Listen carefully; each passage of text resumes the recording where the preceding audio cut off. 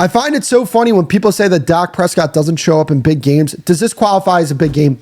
Like, let me just ask that question, because it's so funny when people say that. Like, oh, what's Dak Prescott going to do in a big game? Is this a big game? Is the Philly game on Sunday, is that a big game? Was the Packers game week 4, was that a big game? Was the Eagles game week 1, was that a big game?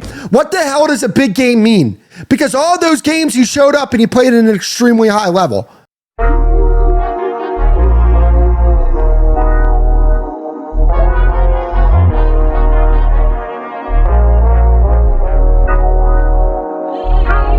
I think we have to start off in Dallas with the Cowboys and how they played against the Kansas City Chiefs yesterday. 31-28 victory over the Kansas City Chiefs. What a phenomenal performance by the Cowboys. I'm saying this right now.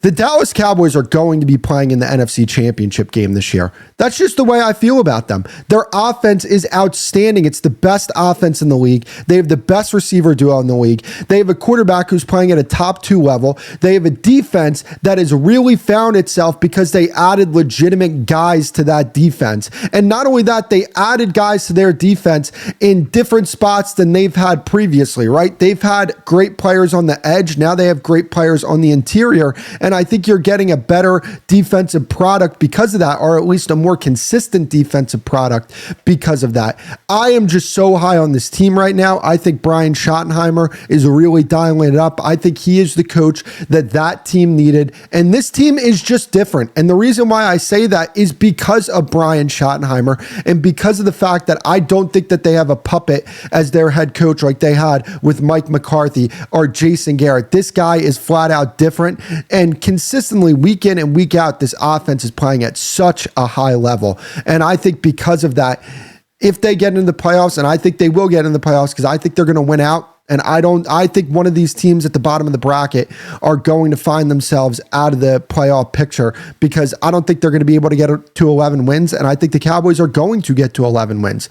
That's how well they're playing right now. That's how inspired they're playing right now. And man, if they get in the playoffs, I don't think you want to be that 2 seed. I don't think you want to be that 3 seed, whatever seed the Cowboys get, whether it be the 6th or the 7th seed. That's going to be a rough week for that fan base, for that team, for that coaching staff, because I think that the only team standing in their way between them and winning a Super Bowl, not just winning the NFC, I think the only team standing in their way between them and winning a Super Bowl is the Los Angeles Rams. The Los Angeles Rams are still a absolute demon squad over there. But I think the Cowboys are getting to that point. And I think that you saw on Thanksgiving, I mean, guys, in a span of 5 days, they beat the Philadelphia Eagles and the Kansas City Chiefs. Now, whether those teams, have regressed from last season, whatever it may be, those are still 2 teams that have Super Bowl pedigree. And you beat both of those teams in a span of 5 days.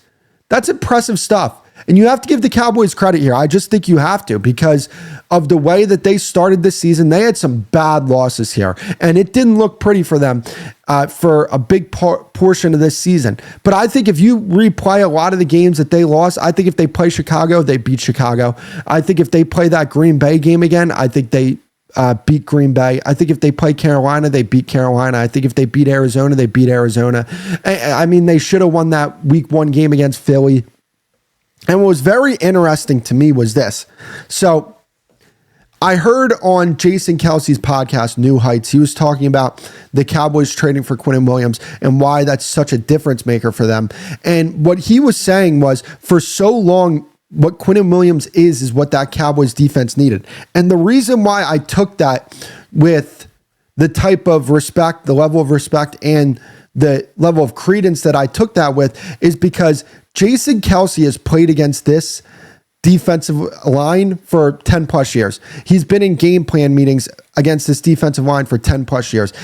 He's been in, protection meetings. He's been in, he's played against that defensive front for years. And for him to say what Quinnen Williams is what that Cowboys defense needed, that to me was when the light came on and I said, whoa. Like, that means something. I don't think that there's anybody more qualified on the planet to talk about what the Cowboys defensive line needs than Jason Kelsey. And the reason why I say that is because of what I just said. He was in those meetings. He played against this team. He had physical contact with that defensive line. Not only that, he didn't draft any of these guys, so there's no connection to these guys. He's not friends with any of these guys, right? So that's where I come from, and I say, wow, that's actually really impressive that he said something like that, and makes me think, wow, this team is actually a legitimate contender here in the NFC. I mean, ask yourself this question. If you're LA, do you want to play Dallas in the playoffs? If you're Seattle, do you want to play Dallas in the playoffs? If you're Philly, do you want to play Dallas in the playoffs? I don't think you do. I really don't think you do. If you're one of these teams in the NFC North, let's just say Green Bay, do you want to play Dallas in the playoffs? No. I don't think there's a team in the league that wants to play this team in the playoffs. They're just too dangerous offensively. They have so many answers offensively. They have a wide receiver duo in George Pickens and CeeDee Lamb that I think is the best wide receiver duo we've seen in the league since Randy Moss and Chris Carter. That's the type of level this is on. I know Jamar and T. Higgins are great. T. Higgins is not a number one receiver to the extent of George Pickens or CeeDee Lamb. Whoever you want to say the wide receiver 1 or 2 is on the Cowboys, I think they're both wide receiver 1s, to be honest with you. 1A, 1B, or just 1A and 1A, to be honest with you. So whichever one you want to say is the lesser of the two 1A receivers, T. Higgins doesn't come close, I don't think, to either of those guys, in my personal opinion. Great receiver, awesome player, not those guys. These are two elite of the elite type of receivers.